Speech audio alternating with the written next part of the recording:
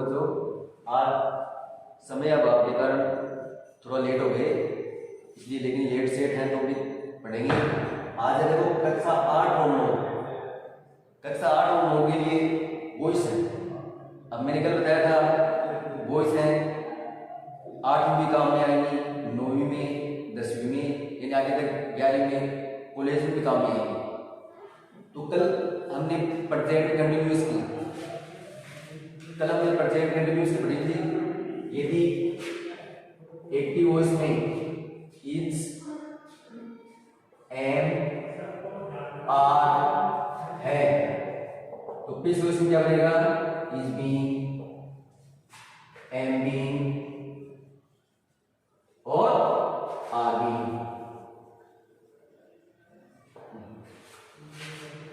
Active voice में is, am, are तो passive voice में क्या बनेगी? साइक्लिया, is being, am being, are being. इतना तो हमने कल पढ़ लिया था। अब कोई दूसरा टेंस देते हैं, उसके हिसाब से आपको बहुत ही अच्छे तरीके से बताया जाएगा और मन लगाकर एक ध्यान से पढ़ना है। जैसे ये है एक्टिव वॉइस का वाक्य, see it's an apple daily. See it's an apple daily. अब ये एक्टिव वॉइस का वाक्य और इसको किस में बनाएंगे? पैसिव वॉइस में। जैसे यहां पैसिव वॉइस बनाएंगे, पैसिव वॉइस बनाएंगे तो सबसे पहले एक्टिव वॉइस का ऑब्जेक्ट ढूंढेंगे। क्या ढूंढेंगे? एक्टिव वॉइस का वाक्य देखो, ये see it's an apple daily. अब इसमें हम ढूंढेंगे ऑब्जेक्ट। क्या ढूंढेंगे? ऑब्जेक्ट। तो मुख्य क्रिया के बाद मिलेगा ऑब्जेक्ट। तो ये तो है मुख्य क्रिया, ये क्या है? मैनुअल। और मैनुअल के बाद ये क्या है? ऑब्जेक्ट। ऑब्जेक्ट ढूंढ लिया। अब पैसिव वॉइस में क्या करेंगे? पैसिव वॉइस में इस ऑब्जेक्ट को सब्जेक्ट बनाएंगे, एन एप्पल। ये कर्ता बन गया। ये क्या बन गया?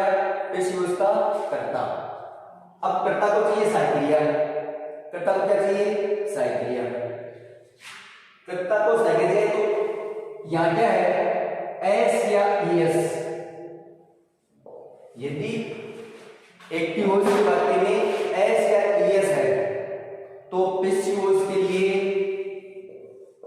के लिए साइक्लिया इज, एम, आर बनेगी। ये यदि एक्टिव वॉइस में एस या ईएस है तो पैसिव वॉइस के लिए helping verb is, am, are बनेगी। इस का प्रयोग एकवचनकर्ता के साथ, एम का आई के साथ, आर का बहुवचनकर्ता के साथ। एन एप्पल ये है एकवचन इच।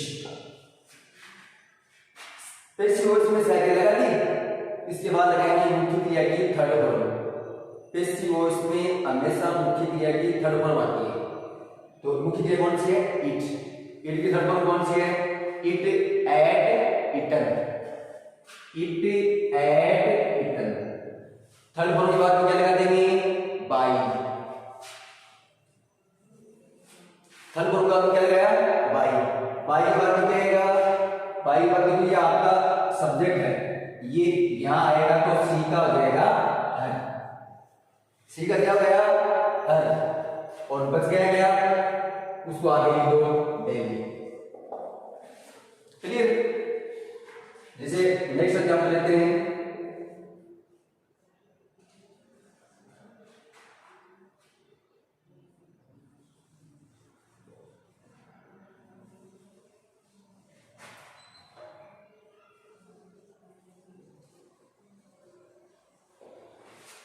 नेक्स्ट है he cooks food on Sunday. Person किसमें? Active voice. चेंज किसमें करना है? पैसिव वॉइस में। पैसिव वॉइस में बदलाना, जना अपना ढूंढना ऑब्जेक्ट। ऑब्जेक्ट लाते को हमेशा मुख्य क्रिया का भाग में, और मुख्य क्रिया का भाग है एस या ईएस। अब तो है मेन वर्ब, और मैनुअल के बाद क्या मिला है ऑब्जेक्ट। तो ढूंढो क्या करना, अब ढूंढो ऑब्जेक्ट, ये ऑब्जेक्ट ढूंढिए। इस ऑब्जेक्ट में क्या क्या बनाना सब्जेक्ट, जनाब ये फूड में लिख देगा पहले छोड़ फूड, कर्ता बन गया। अब इस यूज में कर्ता चाहिए साइकिलिया, अब साइकिलिया पर्सन में नहीं है, पर्सन में तो इज है आवाज कुछ नहीं है, तो हमारे पास पहचानने का तरीका है एस या ईएस। पर्सन में क्या है एस या ईएस, और यहां क्या फर्क है एस या ईएस एक्टिव वॉइस में है तो पैसिव वॉइस में साइकिलिया इज है हमारा, तो एस या ईएस है तो फूड इज, फिर क्रिया की थर्ड फॉर्म कुक्ड,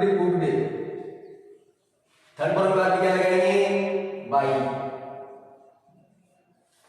के बाद क्या लगाएंगे, बाई के बाद कहेगा एक्टिव वॉइस का कर्ता, क्या आएगा एक्टिव वॉइस का कर्ता, और एक्टिव वॉइस का कर्ता कौन सा है ही यहां आएगा तो ही का बन गया हिम, ही का क्या बन गया हिम, जो बच गया उसको यानी लो ऑन संडे।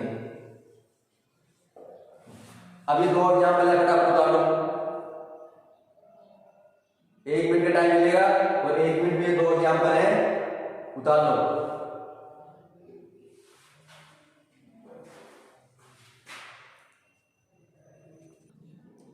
अगला है एक्टिव का I do not speak English. अब आगे कुछ लिख सकते हैं I do not speak English in the class, in the school, at home, ऐसा ये नोट आ गया है। तो नेगेटिव सेंटेंस का पैसिव वॉइस बनाना, पैसिव वॉइस बनाएंगे तो पैसिव वॉइस में क्या आएगा सबसे पहले सब्जेक्ट का ढूंढेंगे, एक्टिव वॉइस का ऑब्जेक्ट, एक्टिव वॉइस का ये है ऑब्जेक्ट इंग्लिश, ऑब्जेक्ट को सबसे पहले लिखेंगे इंग्लिश यानी किया, ये बन गया कर्ता, क्या बन गया कर्ता। साइकिलिया तो आ याद रखियो यदि एक्टिव वॉइस का वाक्य क्रम डू डज ही, यदि एक्टिव वॉइस का वाक्य में डू डज है तो पैसिव के लिए साइकिलिया बनेगी is am are. Active voice में डू डज तो पैसिव के लिए साइकिलिया बनेगी इज एम आर। इंग्लिश एक वचन है इज, फिर क्रिया की third form speak, spoke, spoken, third form के बाद क्या लगाएंगे बाई के बाद आएगा एक्टिव वॉइस का सब्जेक्ट, आई वहां जाएगा तो बदल जाएगा, आई का यहां हो जाएगा मी। जैसे अगला एग्जांपल है Sita does not watch a movie।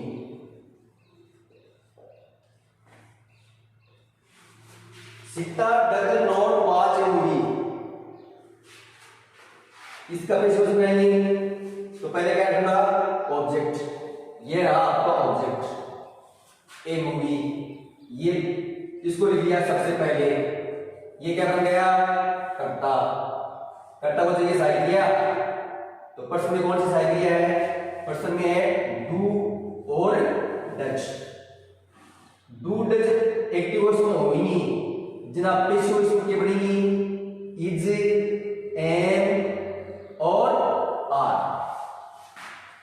Do does होने पर पैसिव वॉइस में is, am, are. A movie एक वचन है इसलिए साइकिलिया इज। अब पर्सन नेगेटिव है तो पैसिव वॉइस में नेगेटिव बनोगे तो इस साइकिलिया बाद क्या लगा देना नॉट, इज नॉट। फिर आपने की जाएगी थर्ड फॉर्म, वाच के थर्ड फॉर्म के watch, W A T C H E D, third form बाद क्या लगा देना बाई के बाद क्या आएगा एक्टिव वॉइस का सब्जेक्ट, तो सब्जेक्ट दिया गया नाम का नाम है उसको बोलेंगे नहीं, सीता तो सीता, राम है तो राम, मोहन है तो मोहन, सोन का सोन, ऐसा वैसा वैसा लिख देंगे। ये है बाई सीता। हाँ, बाकी जो इंट्रोगेटिव सेंटेंस बन गया ना, तो इंट्रोगेटिव सेंटेंस हम कल पढ़ेंगे। इंट्रोगेटिव सेंटेंस की पेशिश बनाना कल पढ़ेंगे। तो आज जो इज एम आर डूडल्स का बताया है वो ध्यान में रखना है। यानी इज एम आर कब आएगी साइकिल, डूडल्स एक्टिव वॉइस में किया जाएगा इज एम आर, ऐसे ही ऐसे तो पेशिश किया जाएगा इज एम आर। आज के लिए इतना ही, धन्यवाद।